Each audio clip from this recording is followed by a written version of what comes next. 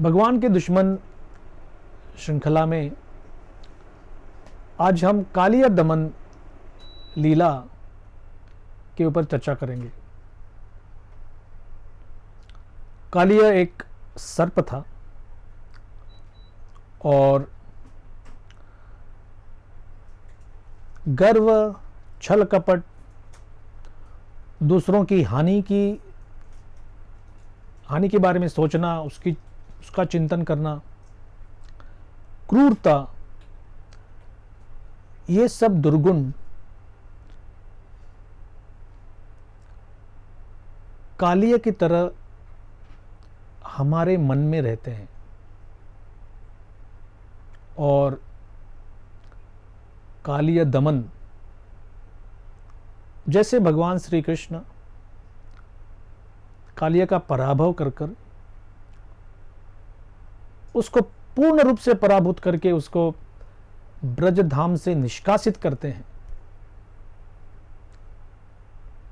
ये आज हम देखेंगे।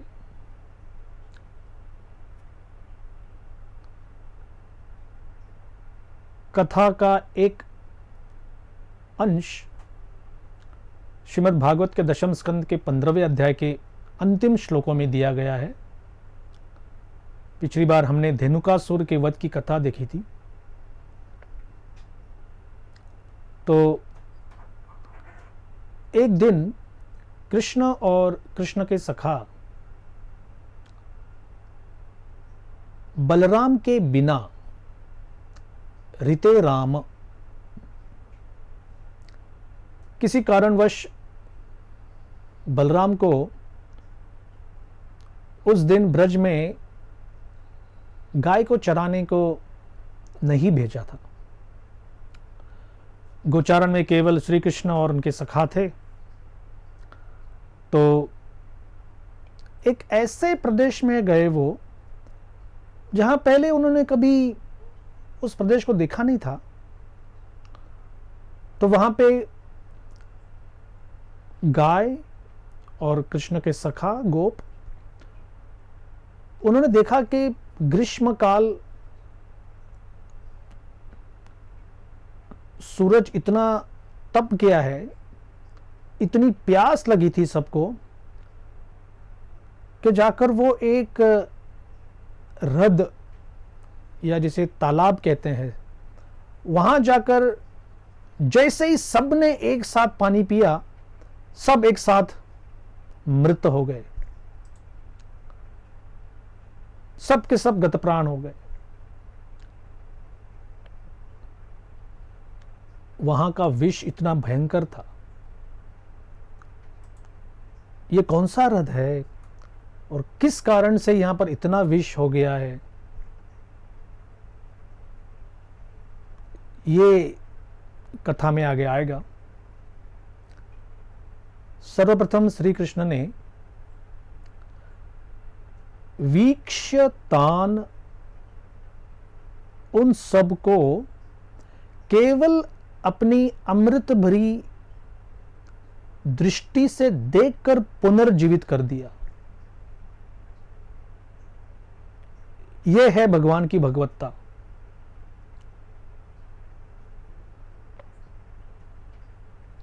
भगवान प्राण दे सकते हैं, मृत्यु के रूप में भगवान प्राण लेते भी हैं। मनुष्य का जीवन सर्वथा भगवान के हाथ में है।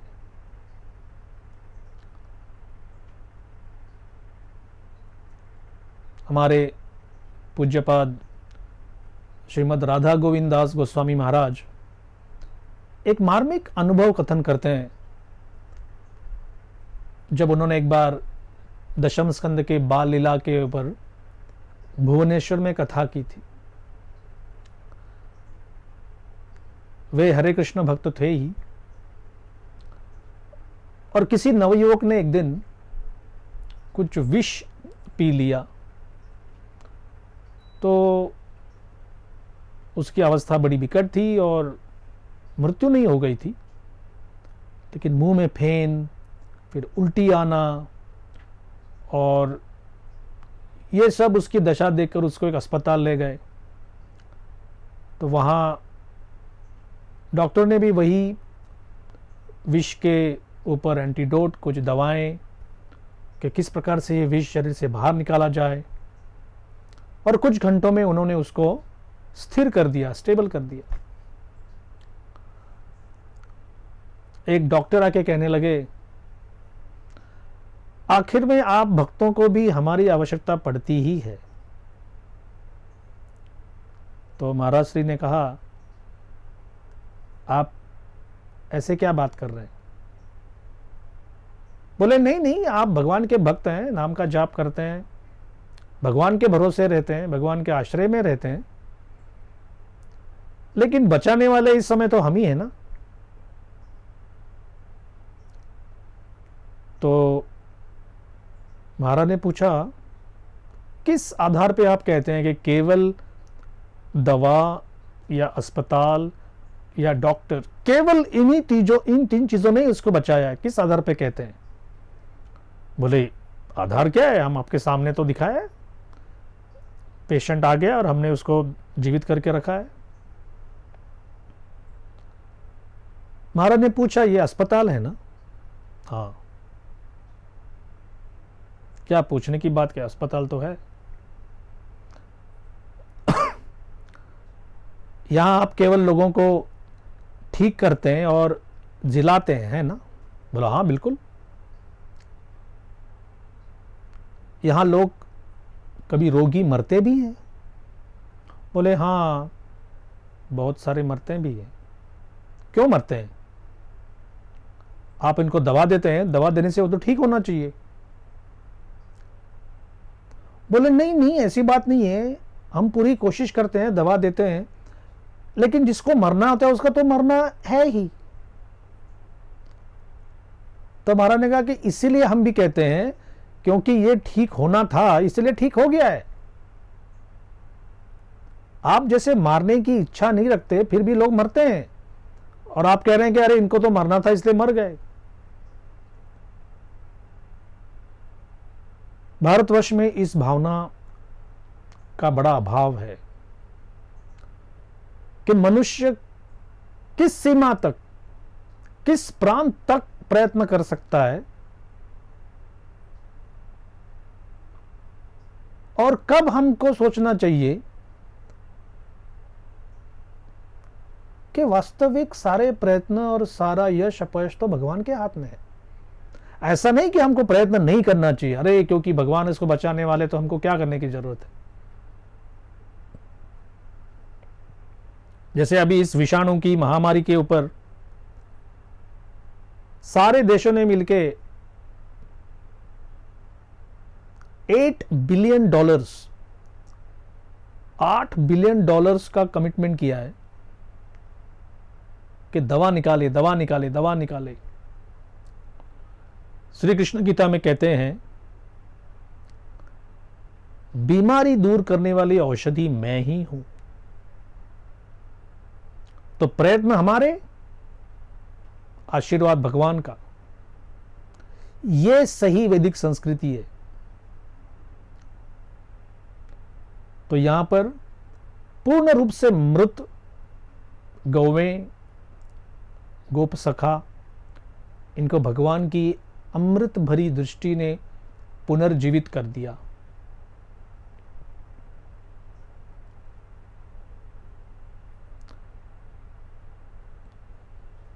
परीक्षित महाराज सुखदेव गोस्वामी से पूछते हैं, ये कौन सा हृद है और ये क्या कालिया सर्प यमुना जी में कैसे आ गया?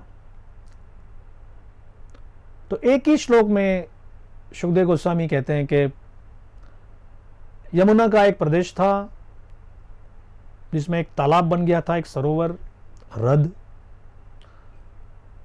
उस पर कालिया ने आके खुद अपना परिवार और अपने साथीदारों के साथ रहता था वो, और पूरा कब्जा कर लिया था।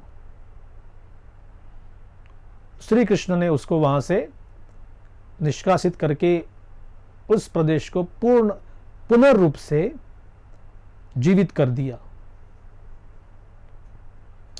तो अभी हम देखते हैं कि ये कालिया हृद कैसे हो गया। यमुना नदी जो पिछले 5000 वर्ष से बह रही है,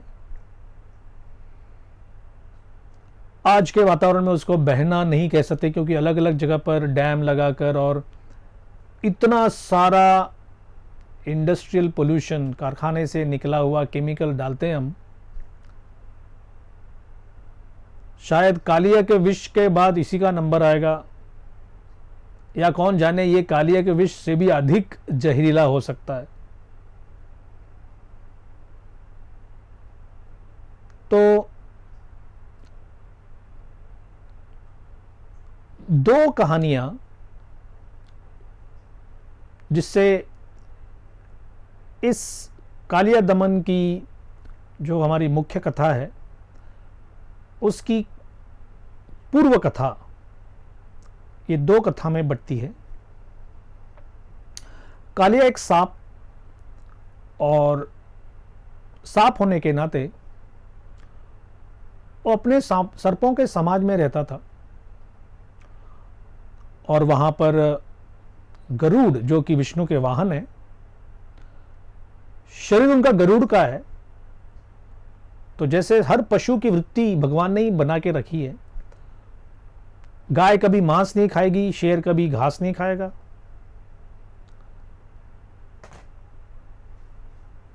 तो मांस और घास दोनों, इन दोनों पशुओं को उनकी वृत्ति के रूप में बनाया गया है। मनुष्य केवल ऐसा है कि वो गाय जैसा भी रह सकता है और शेर जैसा भी रह सकता है। अगर गाय जैसा रहा और निरामिष भोजन भगवान को जो भोग लगाया है वो खाया, तो वो दैवी संपत्ति प्राप्त करता है। वही मनुष्य अगर सामीश भोजन, किसी पशु का मांस खाकर अपने शरीर को जिंदा रख रहा है, तो वो फिर असुर संपत्ति को प्राप्त करेगा। तो गरुड़ जी को हमको नॉन वेजिटेरियन करके उनकी आलोचना करने की आवश्यकता नहीं है। शरीर गरुड़ का है, गरुड़ का भोजन सांप है। तो वो कभी भी आके झपट कर वहां से एक दो सर्प को लेके जाते थे। सर्पों के समाज में एक मीटिंग हुई, सभा। उन्होंने कहा कि ये ऐसे आते हैं, किसी को भी लेके जाते हैं, उससे अच्छा है कि हर एक परिवार में से हम किसी एक को उनके लिए भोग्य वस्तु के रूप में रखेंगे। आप आइए, शांति से उसको ले जाइए। हुआ क्या कि इसको देखकर कालिया ने गरुड़ को देने के बजाय वो सर्प को खुद खाने लगा। सांप सांपों को खाते हैं। ये सुनकर गरुड़ बड़े क्रुद्ध हो गए, और जैसे ही वो कालिया के ऊपर आक्रमण किए, कालिया को पता था कि जमुना जी के इस हृद में, इस सरोवर में सौबरी मुनि तपस्या करते थे,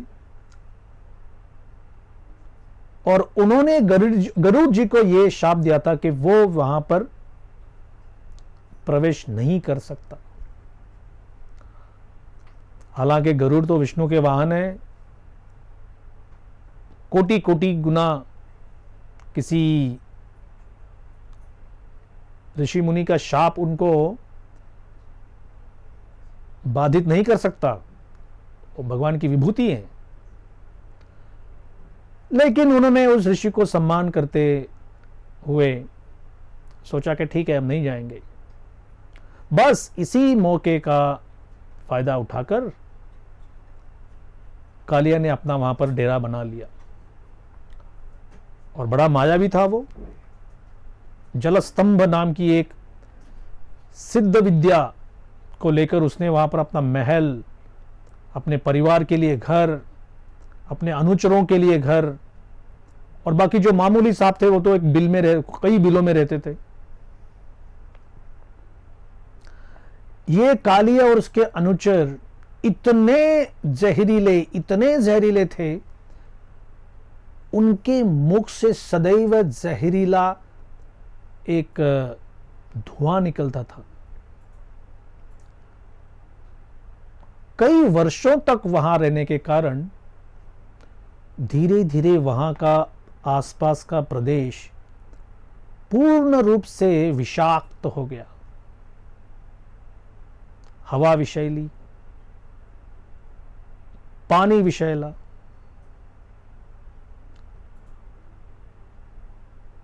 कोई कहेगा कि ये आप तो हमारे शहर का तो वर्णन नहीं कर रहे हैं, क्योंकि कलयुग में हमने भी कई गलत प्रकार के निर्णय लेकर पूरे धरती पर जो पोल्यूशन है, प्रदूषण इतना बढ़ा दिया है।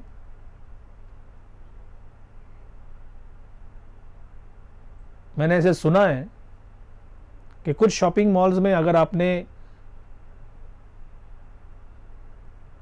एक विशिष्ट मर्यादा के ऊपर अगर आपने परचेजिंग किया, खरीदारी की, तो आपको मुफ्त में ऑक्सीजन मिलता है। वाह क्या बात है, फ्री ऑक्सीजन। और अनादिकाल से भगवान फ्री ऑक्सीजन दे रहे हैं, उसका क्या है।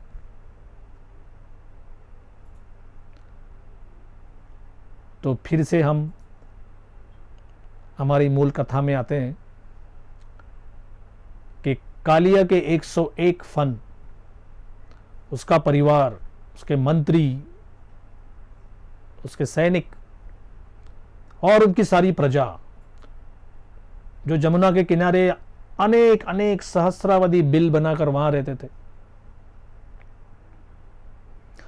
उन्होंने 8 मील तक ऐसा अपना प्रभाव रखा था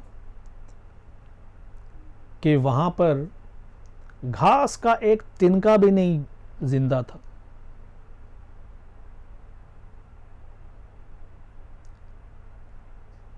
चौबीस घंटे एक प्रकार का कोहरा रहता था वहां पर।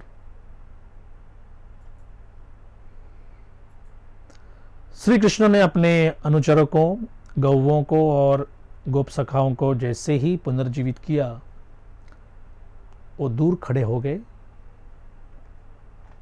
पूरे प्रदेश में एक कदम का वृक्ष जिंदा था। और हमारे आचार्य मार्मिक टिप्पणी करते हैं, एक आचार्य कहते हैं कि वहां पर गरुड़ जी ने उस वृक्ष में कुछ अमृत छिड़काया था उसको, या कुछ रखा था अमृत, इसलिए वो एकमात्र जीवित था। एक अन्य आचार्य किसी एक पुराण को उद्धृत करके कहते हैं कि जैसे ही श्री कृष्ण के चरणों का वृक्ष को स्पर्श हो गया तो वो वृक्ष जीवित हो गया। श्री कृष्ण ने इस लीला में बहुत अद्भुत कार्य और बहुत अद्भुत अपनी शोभा दिखाई है। अब सब अचरज में पड़ गए कि ये क्या करने वाले हैं। चढ़ते चढ़ते चढ़ते चढ़ते एकदम ऊपर की शाखा पर गए। श्री कृष्ण देख रहे हैं, एक नन्हा सा बालक है, तो भगवान कोई एक बड़े मल्ल या कोई शूरवीर योद्धा के रूप में नहीं है, अत्यंत सुकुमार अंगों वाला एक ब्रज का बालक। पहले उन्होंने अपना पीतांबर कस के बांध लिया, अपनी मुरली अच्छी तरह से उस कमर के ऊपर जो एक उनका कपड़े का बेल्ट जैसा है उसमें अच्छी तरह से रख दी।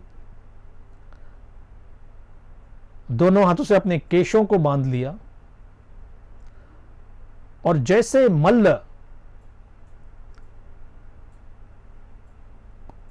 कुश्ती के दंगल के लिए आतुर होते हैं, उस आवेश से उन्होंने ऊपर से ऐसी छलांग मारी, बीचों बीच एक बहुत बड़ा ध्वनि हो गया, ऐसा शब्द कि सारे सुनने वाले हक्के बक्के रह गए। श्री कृष्ण की लीला का एक प्रमुख वैशिष्ट्य ऐसा है कि बड़ा परिणाम, बड़ा इंपैक्ट करने के लिए श्री कृष्ण अपने शरीर को बड़ा नहीं करते। उनका विग्रह उतना ही रहता है, छोटा, लेकिन परिणाम अति विशाल दिखाई देता है। तो धनु शतम, एक धनुष्य होता है 4 हाथों का, 400 हाथ जमुना जी के किनारे की भूमि के ऊपर ये पानी जैसे समुद्र में एक विशाल लहर आए, उसको कल्लोल कहते हैं। 3-4 लहरें अति वेग से एक दूसरे में टकराएं तो उसको एक, जो पानी ऊपर उछलता है उसको कल्लोल कहते हैं संस्कृत में।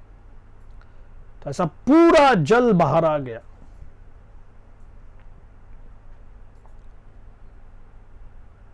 सुखदेव गोस्वामी भागवत के पाठक को कहते हैं, आप ये मत समझना कि ये बहुत बड़ा आश्चर्य है। अनंत बलस्य किम तत्, जिसका बल अनंत है उसके लिए ये कोई बहुत आश्चर्यकारक बात नहीं है।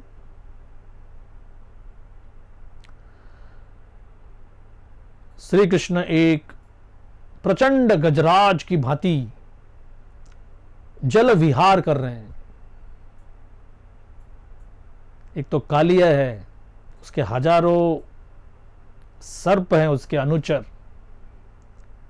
वातावरण पूरा विषैला है और इसमें श्री कृष्ण विहार कर रहे हैं, आनंद से एक विहार कर रहे हैं।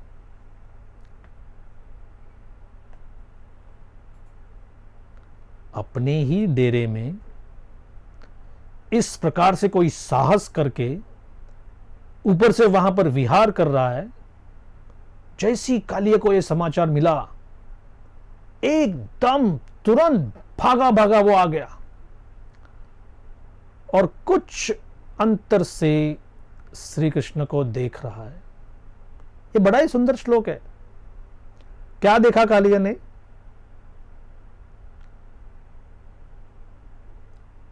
पीतांबरधारी, पीत अर्थात पीले रंग का अंबर वस्त्र, अति सुकुमार शरीर के अंग प्रत्यंग, लेकिन एक श्वेत मेघ, एक सफेद बादल की तरह चमकीले वर्ण वाले श्री कृष्ण। श्री कृष्ण के कंधे के ऊपर उत्तरीय होता है। अभी ऊपर से छलांग मारना, फिर एक गजराज की भांति विहार करना, और ये सब में वो ऊपर का उत्तरीय वस्त्र, वो चादर थोड़ी सी हिल गई तो कालिया को श्री वत्स का जो चिन्ह है, लक्ष्मी स्वयं श्री कृष्ण के वक्ष के ऊपर, उनकी छाती पर एक छोटे से रोमावली के रूप में रहती है, उसे श्रीवत्स कहते हैं। श्री कृष्ण जैसे उछल कूद कर रहे हैं तो कालिया ने नीचे से ऐसा एक एंगल से देखा उनको, एक कोण से, तो उनके रक्त वर्ण के चरण कमल भी दिखाई दिए। श्री कृष्ण के चरण कमल रक्त वर्णीय लाल रंग के हैं। जन्मजात उनके चरण कमलों, उनके तलवे पर कुछ चिन्ह हैं, जैसे जौ, अंकुश, ध्वजा। उनके चरण एक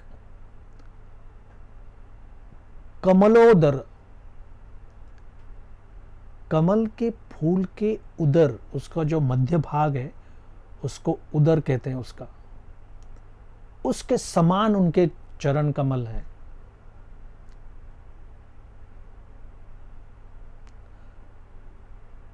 वेदों के अनुसार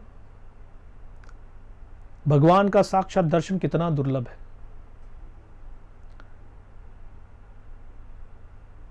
अक्सर साधकों को पूछा जाता है कि आपने भगवान को देखा है? अरे भैया, भगवान को देखा कालिया ने, और आगे क्या किया? आगे बढ़कर संदश्य उरो, सीधा उनकी छाती पर आकर उसने दंश कर दिया। क्यों? क्योंकि प्रेम ही नहीं है। तो देख के क्या करेंगे? भगवान को देखना कोई भक्त के जीवन का मुख्य उद्देश्य नहीं होता।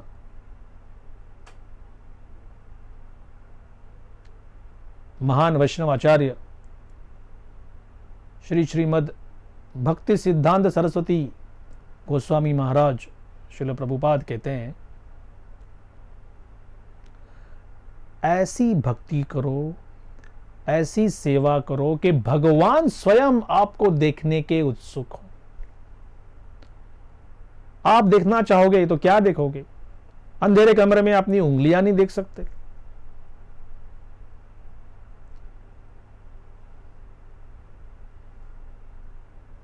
इन भौतिक चक्षु से, भौतिक आंखों से नहीं देख सकते भगवान को। अतः श्री कृष्ण नामादि न भवेद ग्राह्यम इंद्रिय। कृष्ण को ग्राह्य करना इंद्रियों के बस की बात नहीं है। सेवोन्मुखे ही जिह्वा दो। जिह्वा के दो काम होते हैं, उनसे सेवा आरंभ करो। जिह्वा से हम बोलते हैं तो हरे कृष्ण महामंत्र का जाप कीजिए। हरे कृष्णा कृष्ण कृष्ण हरे हरे, हरे राम राम राम हरे हरे। और जिह्वा से हम भोजन करते हैं, भोजन का आस्वाद लेते हैं। तो कृष्ण को भोग लगाया हुआ भोजन है, उसको स्वीकारिए। भोजन और भजन दोनों जिह्वा से हो सकता है। तो ये कोई आश्वासन नहीं है, कोई गारंटी नहीं है कि केवल भगवान का दर्शन करने से हमारी प्रगति होती है। यहां देखिए, इतना सुंदर, सब कुछ सुंदर देखा श्री कृष्ण को, मन से विष नहीं गया। तो कृष्ण के ऊपर दंश करके उन्होंने, सबको भुजंग कहते हैं, उसकी भुजा, हमारी भुजा तो हमारे हाथ हैं, सर्प का अंग ही उसकी भुजा है। और पूर्ण रूप से उसने श्री कृष्ण को पकड़ के रखा।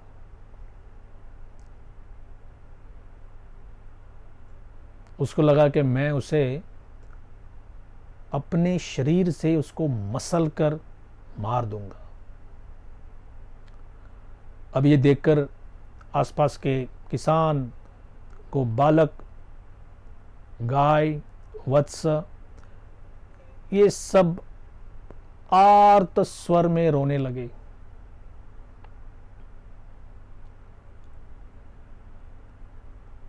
तीन प्रकार के अपशकुन दिखाई देने लगे।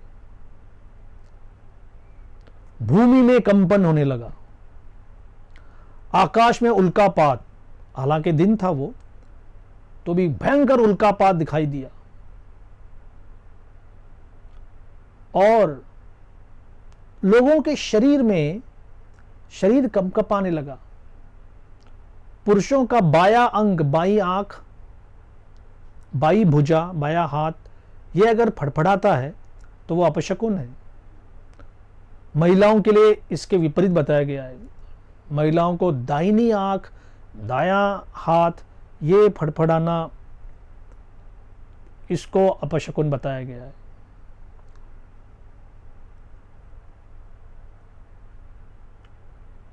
अचानक ब्रजवासियों को लगा कि शायद श्री कृष्ण अब ऐसे भयंकर असुर के फन में, उसके शरीर में पकड़े गए हैं, अब वो शायद जीवित नहीं बचेंगे।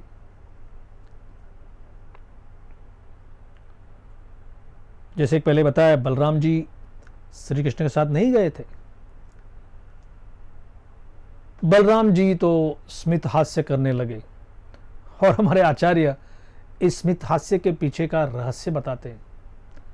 ऐसा सब हो रहा है, भगवान बलराम हंस क्यों रहे हैं? बलराम जी कहते हैं कि मैं अनंत शेष के रूप में ये कालिया से कई हजार गुना बड़ा सांप हूं। मेरे शरीर के ऊपर ये विहार सो जाते हैं, शयन करते हैं। अनंत शयन, अनंत शेष, इतने नाम से श्री कृष्ण प्रसिद्ध हैं। मेरे साथ कभी ऐसे लीला नहीं करे, मेरे साथ कभी उन्होंने इस प्रकार से ये लीला कभी करने का प्रयास नहीं किया, कभी खेले नहीं मेरे साथ, क्या बात है? और ये मामूली सा कोई गंदी नाली का सांप है, उसके साथ खेल रहे हैं। तो सारे ब्रजवासी, नंद बाबा, यशोदा माई अपने अपने भवन से बाहर निकलकर अनंतरे ढूंढ ढूंढ कर श्री कृष्ण के चरण चिन्हों को ढूंढ रहे हैं। कहां है ये कालिया रथ, कहां गए कृष्ण, कुछ पता ही नहीं है। तो जैसे शास्त्र में वर्णन आता है कि श्री कृष्ण के चरण कमलों के ऊपर कुछ चिन्ह है, तो उन चिन्हों को ढूंढते ढूंढते ढूंढते ये जा रहे हैं।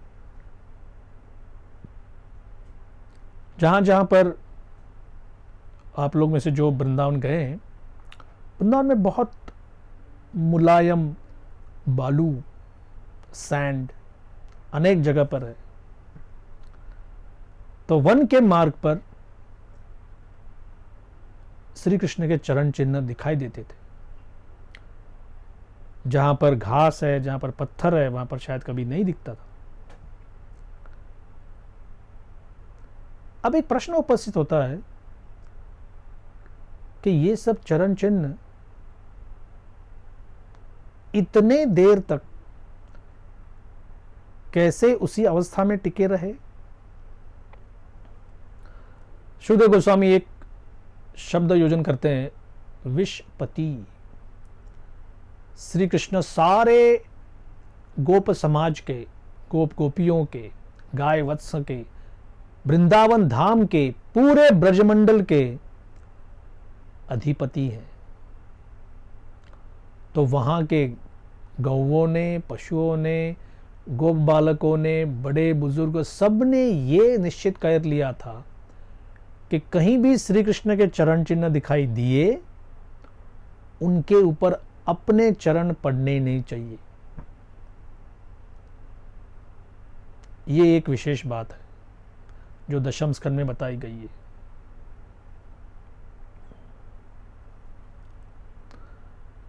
अपने प्यारे पुत्र श्याम सुंदर की, गोपाल की ये अवस्था सुनकर यशोदा माई का तो बुरा हाल हो गया। वो जैसे ही सचेत होती थी तो फिर डर, भय इतना बड़ा उपस्थित होता था कि फिर अचेत होती थी। फिर उसे कोई सचेत करता तो ये उसका कभी अचेतन, कभी फिर चेतन, कभी फिर अचेतन, कभी फिर सचेत, ये अवस्था।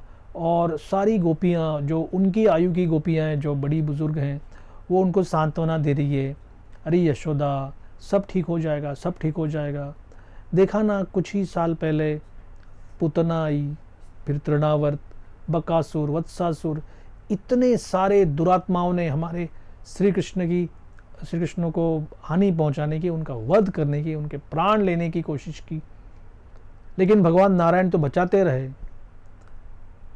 ब्रजवासी हमेशा ये सोचते रहे कि भगवान नारायण हमको बचा रहे हैं और हमारे कृष्ण को बचा रहे हैं। श्री कृष्ण स्वयं नारायण स्वरूप हैं, ये उन्हें ज्ञाति नहीं।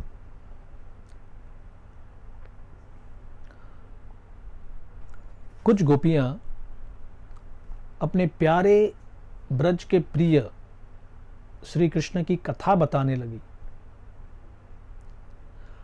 आज भी हम इससे शिक्षा ले सकते हैं।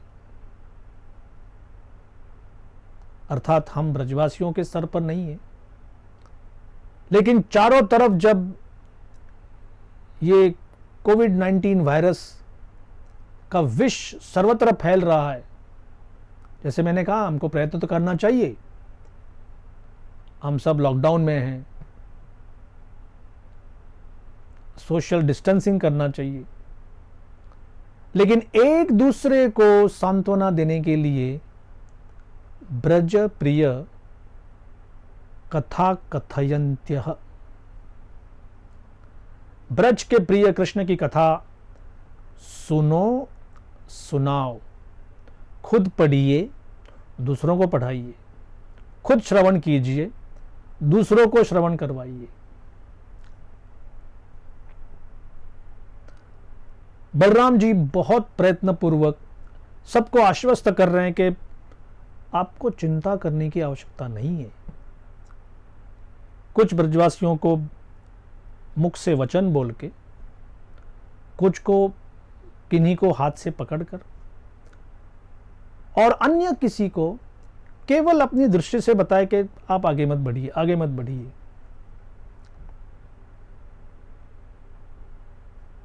श्री कृष्ण भी देख रहे हैं कि अभी काफी समय निकला है। काली ये सोच रहा है कि मैंने अभी इसको पकड़ लिया, ये कौन है, ये आतताई,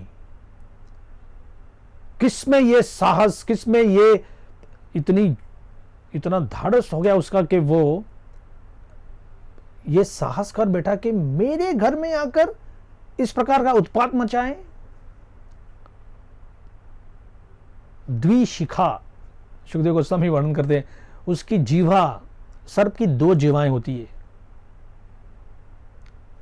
एक्चुअली एक ही होती है लेकिन उसके 2 भाग ऐसे दिखते हैं, तो उसको द्विशिखा कहते हैं। इससे वो भगवान को डसने की कोशिश तो करता रहा, लेकिन इतना विषैली आग उसके मुख से बाहर निकल रही थी, आग बाहर निकल रही है, वायु के स्पर्श से वो कोहरा जैसा बन रहा है, धुआं जैसा बन रहा है, और फिर उसके सारे अनुचर जो भी कालिया रथ के जमुना के किनारे जितने भी सहस्रावधि बिलों में रहते थे वो सब के सब आ गए। सब के सब देख रहे हैं कि कैसे उनके प्रमुख कालिया इस मूर्ख बालक के ऊपर आक्रमण कर रहे हैं। लेकिन अब ब्रजवासियों ने देखा कि अचानक श्री कृष्ण उसके शरीर के चंगुल से बाहर निकल गए। कालिया कुछ नहीं किया, श्री कृष्ण ने अपना अंग बढ़ाया, अपना देह विस्तारित करके वो उसमें से बाहर निकले। और अब सबसे आश्चर्य करने वाली बात यह है कि एकदम छलांग लगाकर वो उसके फन के ऊपर खड़े हो गए। सुखदेव गोस्वामी के पास ये एक ही शब्द है उसको वर्णन करने के लिए,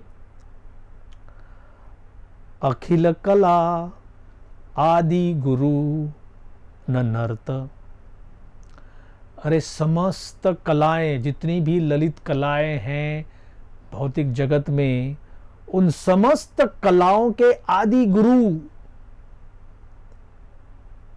उन्होंने कालिया के फन के ऊपर खड़े होकर नृत्य करना आरंभ कर दिया। मामूली इस तौर पर हम किसी स्टेज के ऊपर या किसी रोड के ऊपर या किसी स्केटिंग रिंग के ऊपर, ओलंपिक इवेंट्स होते हैं नृत्य के, सांप के फन पर कोई नृत्य करता है भला? तो श्री कृष्ण अपने मुलायम अंगों से, सुकुमार अंगों से कीर्तन नृत्य आरंभ कर दिए। गोप यशोदामयी नंद बाबा के लिए ये एक अनुपम उत्सव,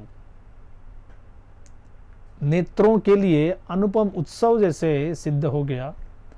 श्री कृष्ण अपना आनंद ले रहे हैं,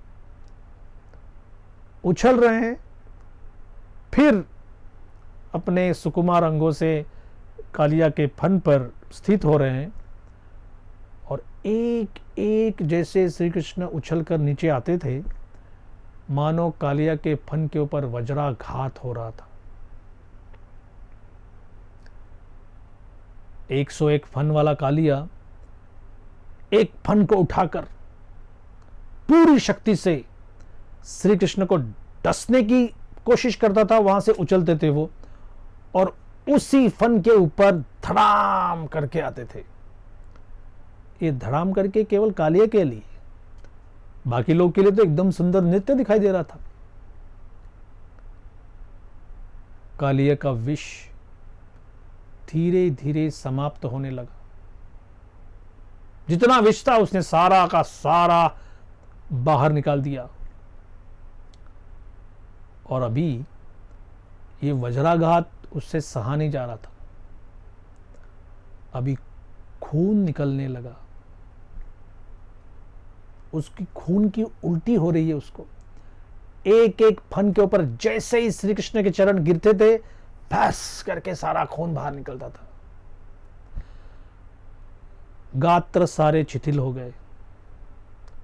कालिया में अभी कोई शक्ति नहीं रही। क्या करे? कथा के अंत में सुखदेव गोस्वामी बताते हैं कि कालिया की पत्नियां जिनको नाग पत्नी कहते हैं, और वो कृष्ण की भक्त थी। वो सदैव पति को देखकर कहती थी कि ये कैसा पति है,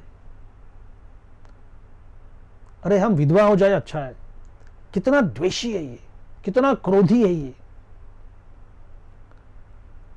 तो कालिया की पत्नी ने अपने पुत्रों को सामने रखकर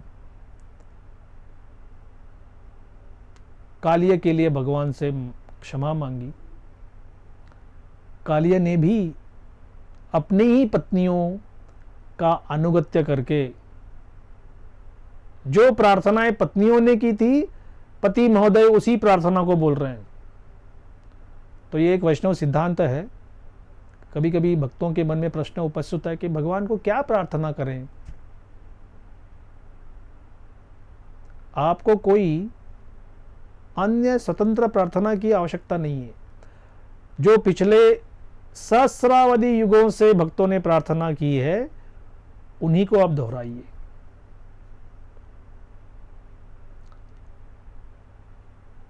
सारे ब्रजवासी सुखी हो गए। कालिया की पत्नियां भी आनंदित हो गई। भगवान ने कालिया से कहा कि अभी आपको एक कार्य करना चाहिए, यहां आपके लिए कोई स्थान नहीं है, आपको यहां से जाना पड़ेगा। कालिया ने कहा कि हे प्रभु, जो आपकी आज्ञा। मेरे मन में एक ही डर है, मेरा भय यह है कि गरुड़ जी मुझे फिर खा जाएंगे। तो श्री कृष्ण ने आश्वस्त किया कि नहीं, मेरे श्री चरणों के चिन्ह से अंकित आपके फनों को देखकर गरुड़ भी आपका सम्मान करेंगे। और इस प्रकार से कालिया अपने अनुचर, सैनिक और परिवार सहित जमुना के रथ से निकल गए। तो ये कालिया दमन की कथा अभी आपने सुनी। हरे Krishna. RG Media YouTube channel, like, share, subscribe.